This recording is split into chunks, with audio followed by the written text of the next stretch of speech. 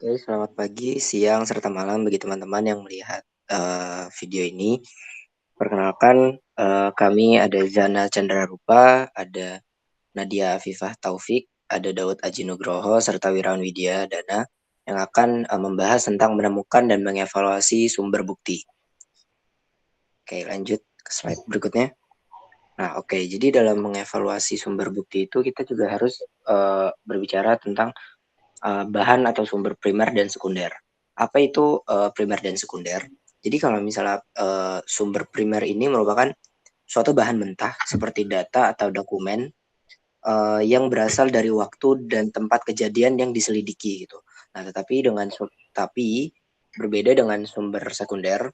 Jadi sumber sekunder ini adalah sebuah materi atau bahan seperti buku dan artikel yang menulis tentang sumber primer tersebut tuh.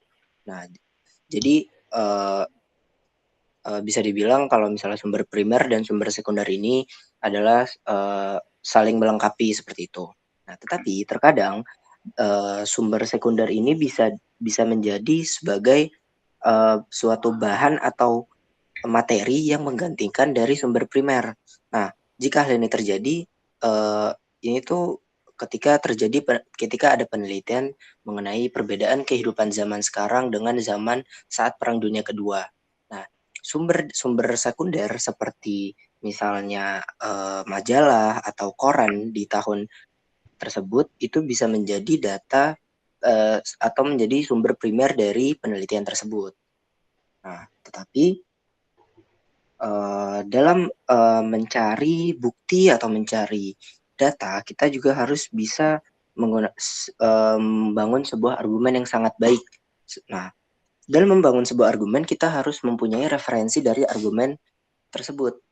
Nah, referensi itu sangat diperlukan karena itu bisa memperkuat argumen diri sendiri serta mempertanyakan atau memeriksa bukti dari orang lain.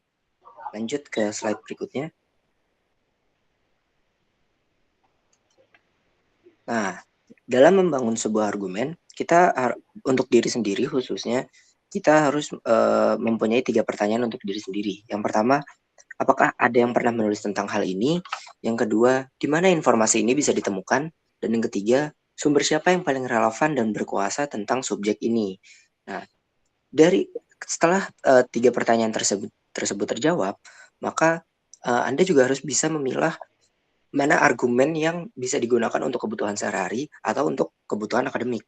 Untuk kebutuhan sehari-hari, Anda bisa mencari dari sumber buku, koran, hingga penjaga perpustakaan. Nah, tetapi untuk argumen di bidang akademik, Anda itu harus memerlukan apa yang dinamakan dengan literatur. Nah, literatur ini merupakan sumber sekunder. Nah, tetapi kegunaan dari literatur ini adalah untuk mengumpulkan bukti untuk membangun sebuah argumen yang bisa menyokong dari sumber primer. Nah, bagaimana mencari literatur? Literatur ini bisa dicari di internet.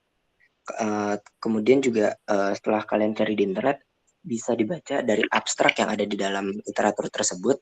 Jika itu sangat cocok dengan topik yang sedang dibawa, maka bisa dipilih literatur tersebut. Nah, tetapi literatur itu juga harus memiliki 3 ciri pokok. Yang pertama adalah dia harus kredibel, dan yang kedua harus dibuat berdasarkan penelitian, dan yang terakhir adalah diakui oleh otoritas akademik. Seperti itu. Lanjut. Selanjutnya mengenai sampel representatif. Jadi mengingat seorang peneliti dalam melakukan penelitian untuk mencari bukti secara langsung penuh dengan keterbatasan, baik dari segi biaya, waktu, dan keterbatasan lainnya. Maka yang peneliti lakukan untuk mengumpulkan informasi atau data yang diinginkan sesuai dengan permasalahan yang diteliti, ditempuh dengan mengambil sebagian populasi yang disebut dengan sampel atau contoh. Nah, dengan mempertimbangkan keterbatasan yang ada dari peneliti tersebut.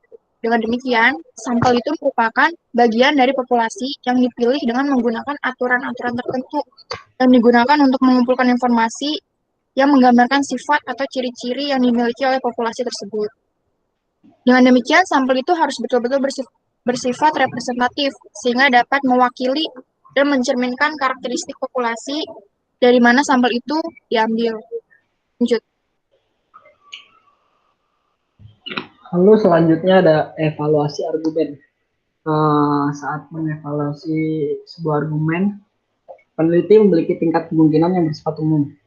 Dengan demikian, hal ini memutuskan apakah bukti dari sebuah argumen tersebut memiliki bukti yang kredibel dan otentik.